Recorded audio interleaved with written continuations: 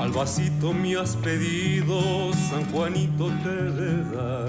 Al vasito me has pedido, San Juanito te he de dar.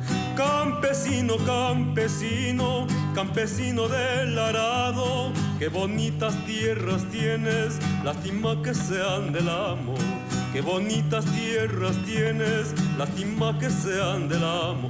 Pero dime, campesino, si esas tierras son del amo, como nunca lo hemos visto trabajar en el arado.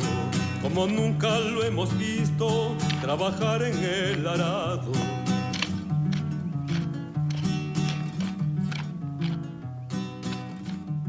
–1980, 9 år efter Grönland, var vi i Ecuador för att berätta om fattiga och förtryckta indianbönder.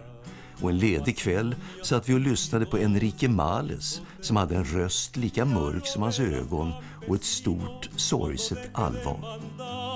Que muy buenas manos tiene pa ponerlo a trabajar.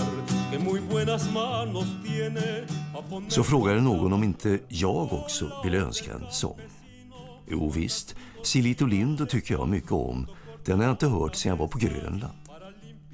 Du är inte klok, viskade tolken Rodrigo.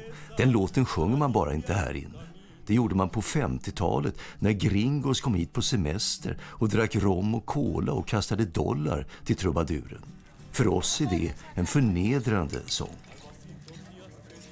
Då förstod jag, musik kan inte bara vara opassande som att sjunga Internationalen på ett moderatmöte, utan också direkt skamlig.